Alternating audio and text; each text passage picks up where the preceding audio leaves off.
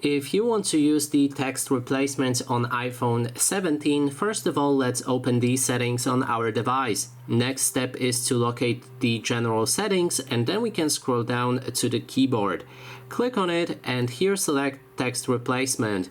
That way you can see all of the text replacements that you have, and you can add additional ones by clicking on this plus button. So how it works is you need to enter the phrase that you want to type, that you want to see when you type the shortcut. So for example, I'm gonna type in be right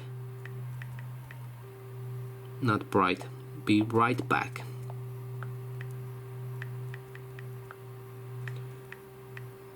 Like this, and then the shortcut will be BRB.